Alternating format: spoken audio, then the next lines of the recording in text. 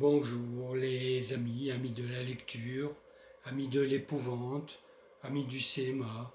Je reprends aujourd'hui donc mes updates FM, donc au fur et à mesure. Bon, j'ai lu un certain nombre de choses ces derniers temps et je vais vous en présenter une partie tout de suite. Mais auparavant, je voudrais remercier tous les nouveaux abonnés récents qui se sont donc abonnés à ma chaîne suite au Frisson Festival, enfin au film sur le Frisson Festival que j'ai mis en ligne il y a maintenant disons 10-15 jours. Eh bien, soyez les bienvenus et je remercie également tous ceux et toutes celles qui sont là depuis plus longtemps, depuis même le début.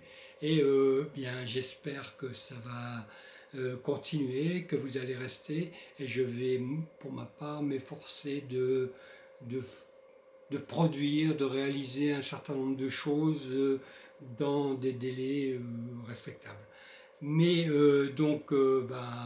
arrêtons-nous là pour les remerciements. Et avant d'entrer dans le vif du sujet, eh bien, générique.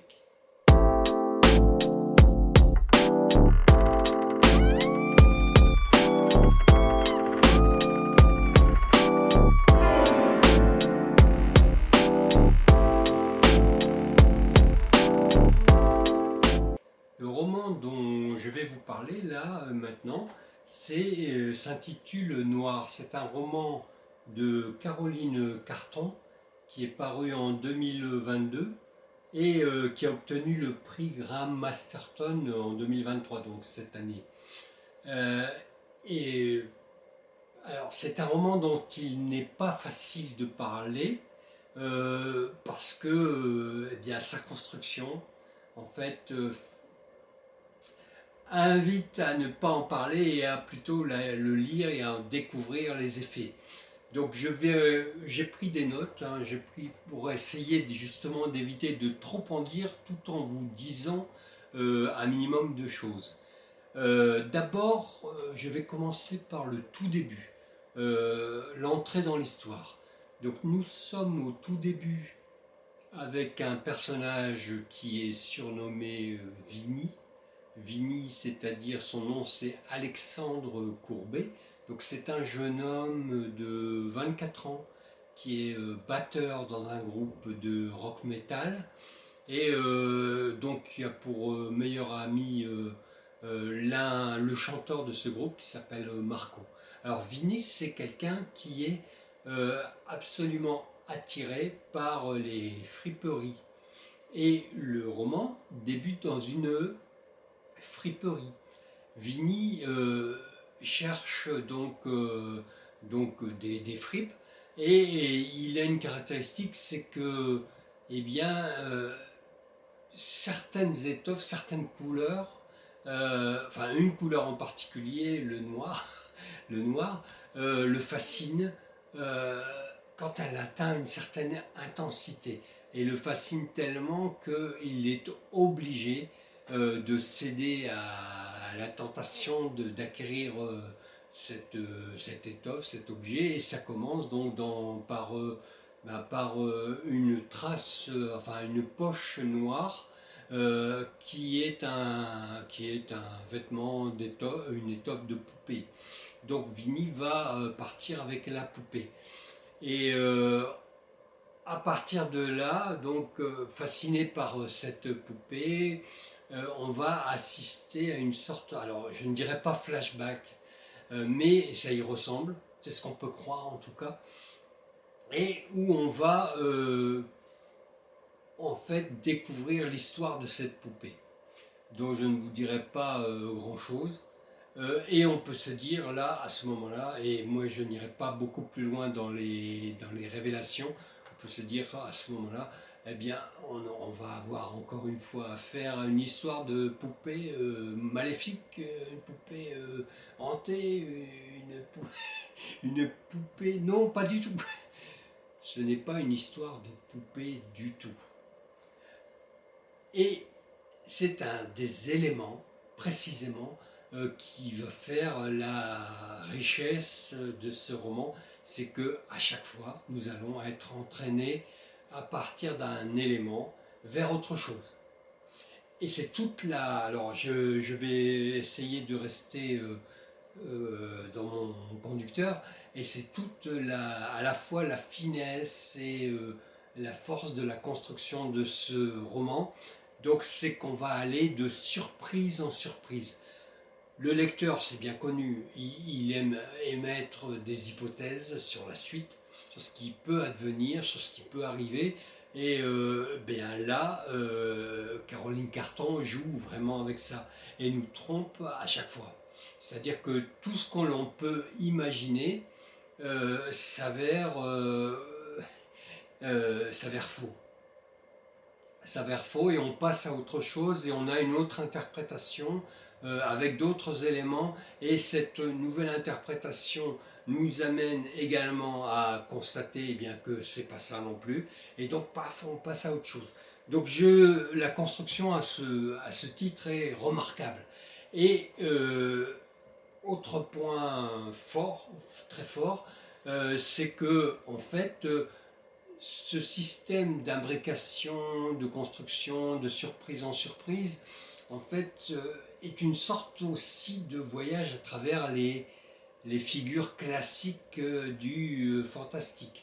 Et c'est comme si, en fait, à chaque fois, Caroline Carton s'amusait à nous entraîner vers une de ces figures classiques et à nous montrer comme quoi on est complètement à côté, comme quoi on s'est complètement trompé. Et donc c'est très fort, c'est très très bien fait, c'est très très bien construit, et on a sans cesse notre attention qui est relancée par, finalement ce qu'on se dit, c'est non plus est-ce que notre hypothèse de lecture va être vérifiée, mais plutôt qu'est-ce qui va faire qu'on s'est trompé. Donc c'est une lecture que j'ai trouvée personnellement extrêmement contemporaine, une approche extrêmement contemporaine du genre, et une approche, une sorte d'interrogation aussi sur toutes ces figures classiques qui peuvent ou qui suscitaient de la peur, de l'effroi. Et en particulier, alors là c'est plus tard, il y a toute une réflexion à laquelle on va être amené autour d'une figure d'un certain monstre classique. Et là aussi, on va découvrir à quel point finalement on se trompe parce qu'on ne lit pas les choses comme on devrait les lire. Et c'est exactement ça, parce que dès le début, en fait, euh, avec Vigny, en le suivant et en suivant donc toutes ces histoires, on a une série d'indices qui sont comme ça disséminés pendant une bonne partie du roman et qui nous indiquent qu'il faut pas croire, il ne faut pas croire ce qu'on nous montre, ce qu'on nous dit, ce qu'on nous raconte. Bon, alors je ne vais pas trop aller loin, moi, plus loin que ça, parce que je ne veux pas vous gâcher le plaisir de de toutes ces émotions. Alors le roman est parfois, il peut être parfois violent, dur. Euh, il y a d'ailleurs un avertissement, hein, je crois, un avertissement, mais bon, c'est toujours justifié, c'est toujours maîtrisé, c'est extrêmement bien maîtrisé comme écriture, et il y a toujours cet aspect entre guillemets ludique avec le lecteur. Donc autre élément, dernier élément que je vais vous donner, après peut-être que je n'irai pas plus loin, parce que je ne veux vraiment pas gâcher le plaisir que vous allez éprouver en lisant cette histoire qui est extrêmement bien construite. Donc le dernier élément, qui est un élément que j'interprète comme un moyen de fortifier le lien entre le lecteur et le récit. Donc c'est qu'on va avoir à plusieurs reprises donc des indications, donc des références musicales qui vont être inscrites et on nous invite en fait à écouter en même temps qu'en lisant certains passages, à écouter certaines musiques. Alors, je vous avoue, je ne l'ai pas fait parce que je préfère lire en silence, complètement concentré et plongé dans ma lecture, mais je peux imaginer. Et donc, je pense que c'est une expérience à tenter. Donc, il y a un certain nombre de références musicales qui sont indiquées et qu'on peut écouter selon certains passages. Voilà. Alors oui, je sais, bon, le livre, il fait 488 pages et il est écrit, donc il est extrêmement facile à lire. Hein. Puis le style est extrêmement dynamique, extrêmement vivant, extrêmement... J'espère que vous voyez bien, je suis un peu loin de la caméra alors. Voilà, donc vous avez, donc c'est écrit, c'est très très lisible, c'est très agréable à lire, et ça se, bien voilà, ça se lit, alors pas d'une traite quand même, mais presque, parce qu'on a très envie d'avancer une fois qu'on a compris qu'on était, nous, sans arrêt entraînés dans des chemins divergents, faux, et qu'on était victimes nous-mêmes de nos propres illusions fantastiques. Bien, donc vraiment un roman qui, à mon sens, mérite a mérité son prix Graham Masterton et vraiment qui, je l'espère, pourra aussi donner envie d'en découvrir d'autres. Moi en particulier, j'en ai acquis quelques autres et que je n'ai pas encore lu mais que je vais lire. Hein. Je crois que Caroline Carton doit déjà avoir écrit 6 ou 7 romans, donc il y a vraiment de la matière, il y a vraiment de nombreuses choses à découvrir chez elle. Donc un auteur, une autrice plutôt, à découvrir, je dirais pas à tout prix, mais pas presque.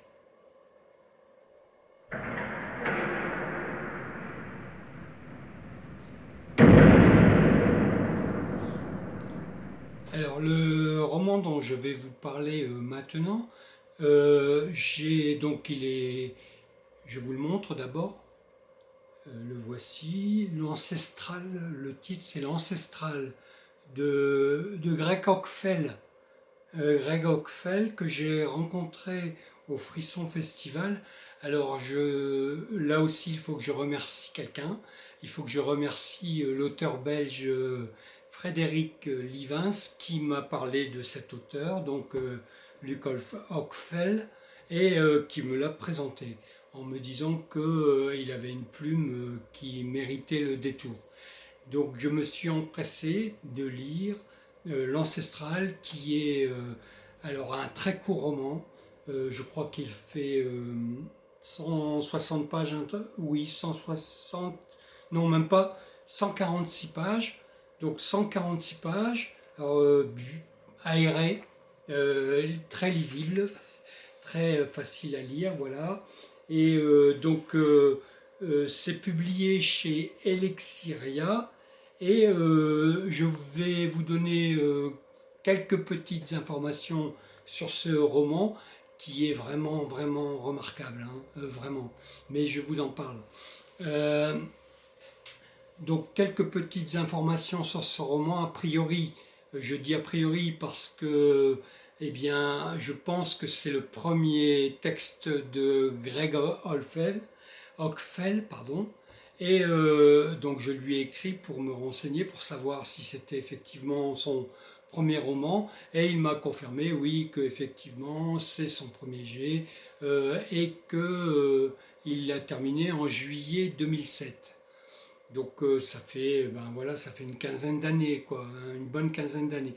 Mais le temps ne compte pas quand on est, je dirais, quand on est écrivain, un grand écrivain, parce que je pense que là, nous avons quelqu'un quand même qui, eh bien, qui a une plume vraiment très, très élaborée, très, très soignée.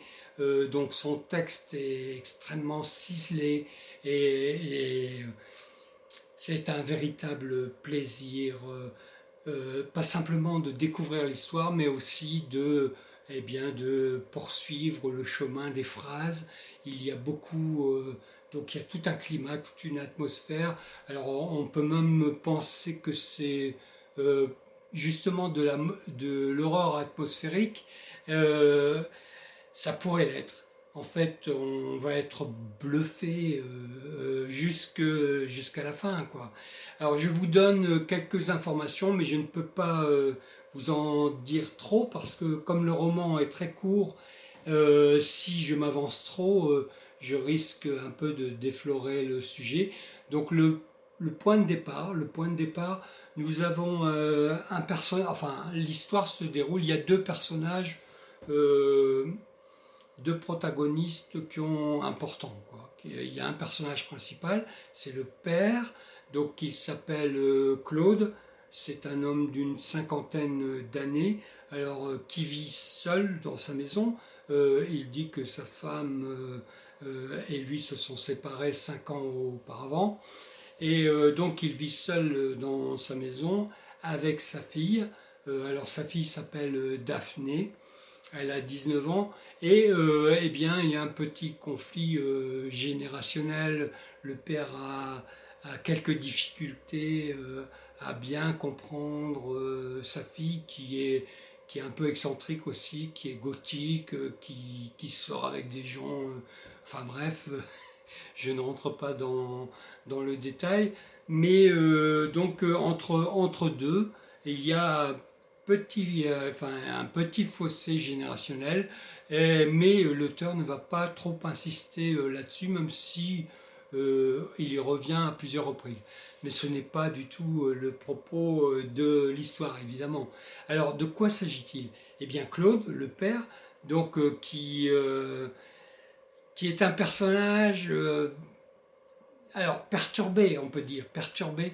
Donc en plus, il va être soumis à un certain nombre de phénomènes comme qui s'apparentent aux hallucinations, comme de voir des tags sur sa façade, plein de tags sur sa façade, comme de voir sur l'écran de télévision des scènes. Par exemple, je crois qu'il y a une scène où il voit sa fille se faire crucifier à la télévision. Alors là aussi, on est dans l'hallucinatoire. Quoique, bon, il se passe quelque chose. En tout cas, ce Claude, ce personnage, euh, va évidemment être de plus en plus inquiet de ces phénomènes qui deviennent de plus en plus présents. Et c'est cette histoire que l'on va suivre. L'histoire de ce Claude qui, eh bien, qui va euh, passer, disons, du stade d'incrédulité, de l'hallucination, à peut-être quelque chose de beaucoup plus inquiétant, quelque chose qui pourrait relever du mal radical. Et alors, je disais tout au début, hein, l'atmosphère est vraiment, vraiment très travaillée. Vraiment, on a un auteur là qui cisèle vraiment ses phrases, qui fait appel à un tas de...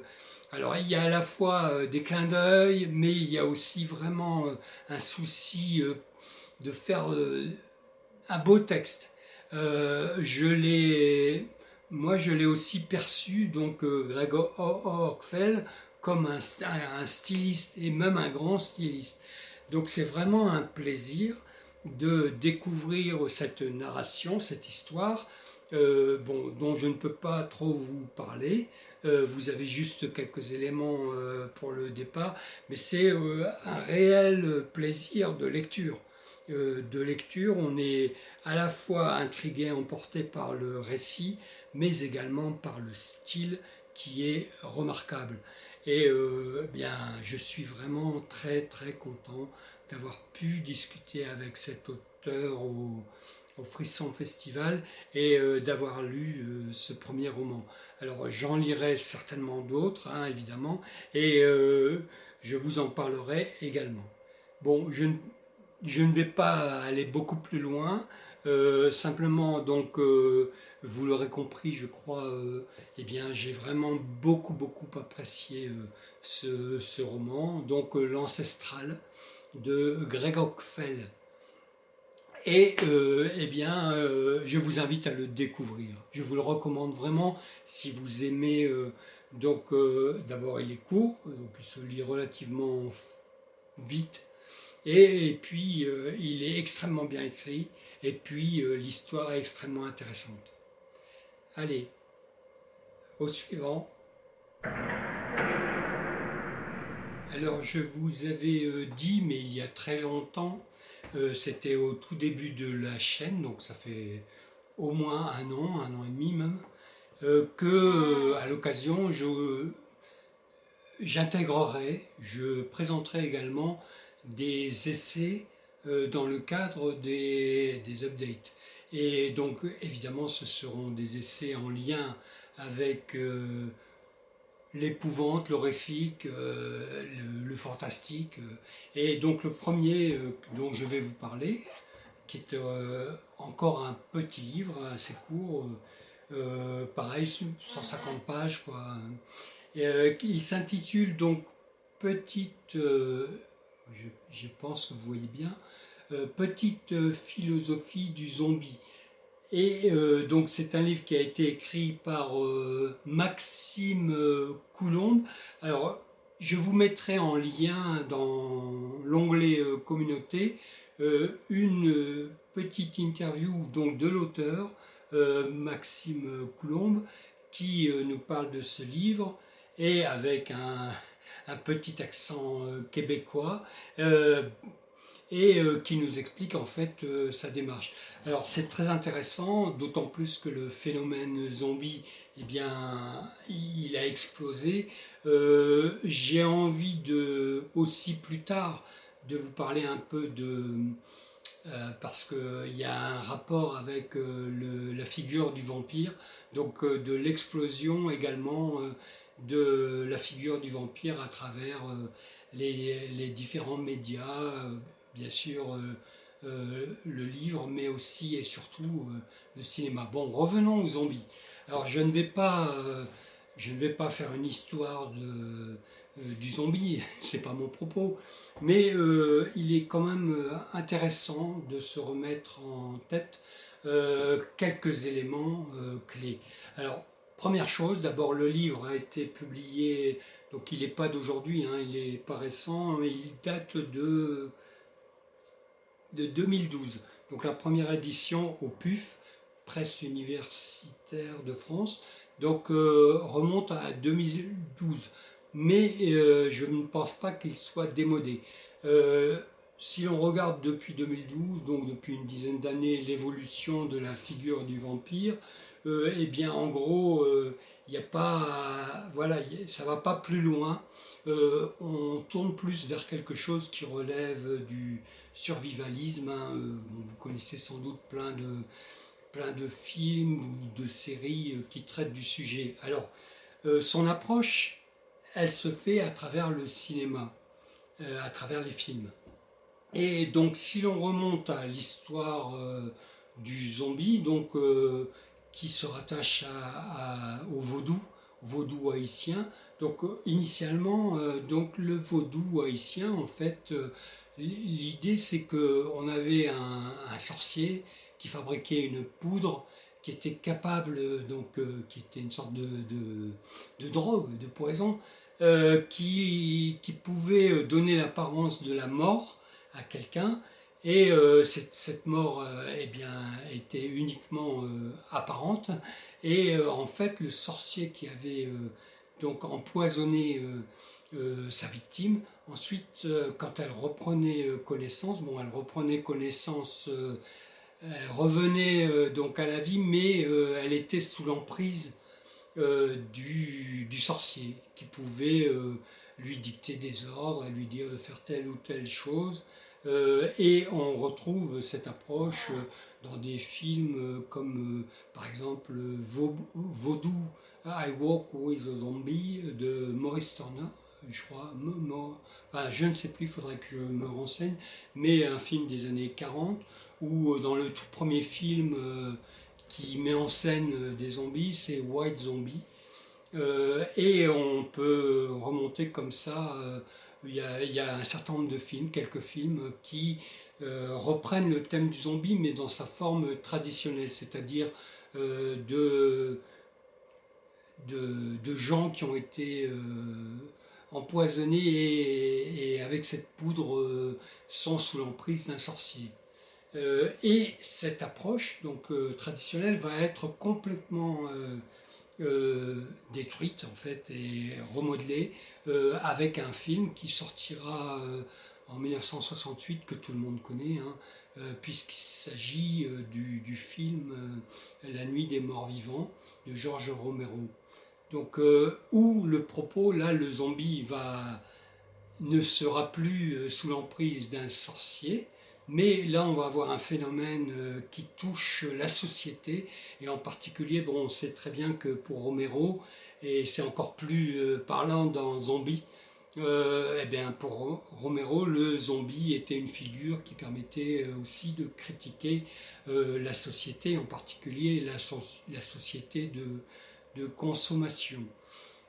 Et à partir de là, donc, on va avoir pendant un certain nombre d'années, en fait, cette approche critique le zombie comme une espèce de figure fantomatique du consommateur. Et dans Zombie, c'est très très clair, hein, puisque l'essentiel de l'action se déroule dans un centre commercial infesté de zombies qui, malgré le fait d'être mort et zombifié, continue à avoir des comportements de consommateurs. Donc il y a même des séquences assez drôles, hein. Si vous n'avez pas vu ce film Zombie de Romero, je vous conseille vivement de le voir. Mais bon, c'est un hyper classique. Alors je pense qu'il y aura même un remake de Zombie, c'est 28 jours après, donc il sortira là il y a quelques années maintenant. Alors, donc Maxime Coulombe reprend ce cheminement et va plus loin, il le développe, et donc va faire, alors là c'est pareil, je vais peut-être pas tout livrer le contenu, sinon il n'y aura plus rien à lire, mais il va aller beaucoup plus loin et il va faire du zombie. Donc il va expliquer comment on a ce phénomène de contamination, puisque la zombification, en fait, après le passage par Romero, va peu à peu s'orienter vers l'idée d'une contamination généralisée de la société, des gens donc, qui meurent et qui renaissent, enfin qui revivent en zombies. Donc il suit ce cheminement, hein, ce cheminement historique, et il va développer donc une thèse, hein, il explique ça aussi dans son interview, une thèse qui tente à montrer qu'en fait le zombie est la figure terminale de la société, et que au-delà du zombie et même avec le zombie, eh bien on arrive dans une société post-apocalyptique. Et effectivement, si on regarde aujourd'hui, eh bien on voit que le monde qui a été zombifié n'est plus le monde que nous connaissons, mais est devenu un monde post-apocalyptique, sauvage, etc. Bon, tout ça pour vous dire, c'est très intéressant, ça permet d'avoir une approche synthétique de tout un courant, en fait, hein. On pourrait presque dire que oui, que le phénomène zombie est un courant, alors plus que littéraire, mais cinématographique, comme le fut et comme l'est le vampire. Bon, je vais m'arrêter là. Donc dites-moi en commentaire si le fait d'intégrer des ouvrages, des essais sur des phénomènes ou sur des concepts ou des idées ou des figures, disons avec un aspect donc à la fois alors philosophique, parce que là il y a une dimension philosophique hein, sur la fin de la civilisation, euh, et sur la dimension aussi critique, analytique. Dites-moi si ça vous intéresse que j'en fasse d'autres ou pas spécialement. Bon, je m'arrête là pour ce livre. Je vous conseille aussi, hein, qui est vraiment, qui est facile à lire. Hein. Ne vous attendez pas à avoir un essai ésotérique. Non, non, c'est facile à lire. Et puis, on y retrouve un tas de références. Hein, je sais que vous connaissez bien. Et pour la plupart, je ne peux pas dire tout le monde, mais je pense que pour la plupart d'entre vous, eh bien, vous connaissez bien ce phénomène. Vous avez plus ou moins suivi son évolution. Et donc, vous savez qu'aujourd'hui, on est à la fin.